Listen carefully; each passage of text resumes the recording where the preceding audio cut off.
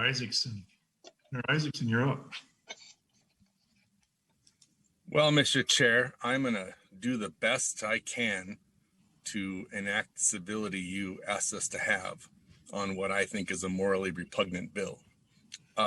First of all, the irony of using Title IX, which was meant to empower women in sports, and hold somebody else back as an argument, that people don't see that as a laughable situation, kind of boggles my mind. The testimony we heard today, while having some science, I guess, involved with it, has absolutely nothing to do with youth sports here in Minnesota. So I'm not sure why we spent time listening to that today, because it was in no way germane to what we're actually trying to talk about here. So that's embarrassing, and I don't understand why we would have done that.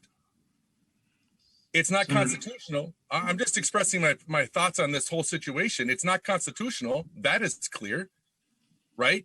The fact that we can't define or clarify the Constitution or think we're going to make some rules about that when there isn't a House companion and we know the governor's not going to sign it. Now, if we want to have a discussion, I guess we can, but nothing about this. In the testimony we listened to today, we had a person talk about someone who identifies as a woman and kept referring to them as a male. That's offensive and not acceptable. No one's calling that out. So, Mr. Chair, when we talk about civility, when we say horrible things really nicely, that doesn't make it any better just because it's polite. And that's what this bill is. It's a horrible bill being presented really nicely. And the evidence we heard from, I think it was it Dr. Hunt? I'm not sure, in no way relates to what we're talking about here. And so to think that we're going to come back and tell trans girls or trans boys that they're not what they say they are, that's unacceptable. That is not who we are, and that is not the way Title IX was supposed to be used. And that's a gross, embarrassing misrepresentation of that. And I am appalled by this bill. Thank you. So I just have two quick comments, and I'll give it over to Senator Rude. First, we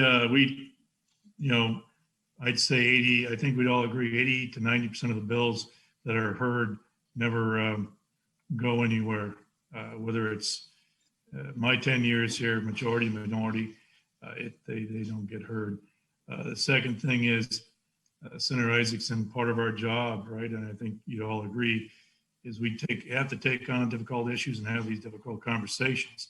We do it as civilly and as rationally as we can, but that is part of our job. We don't not do things because we don't think they're going to get passed or go very far, because most of them don't. And secondly, we do have conversations to talk about these difficult issues that we face in society. And, there are challenges on both sides of this, right?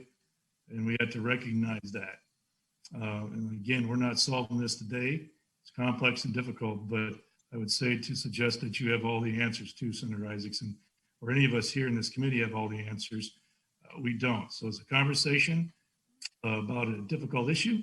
And I think that's what we do here. But Mr. Chair, the NCAA, I'm going to go. High school league Senator already Isaacson, has settled I'm going on to this. go So this isn't something that's up for debate. I'm going to go to Senator Rude. I'm going to go to Senator Rude so she can finish the response. You had your comments and questions.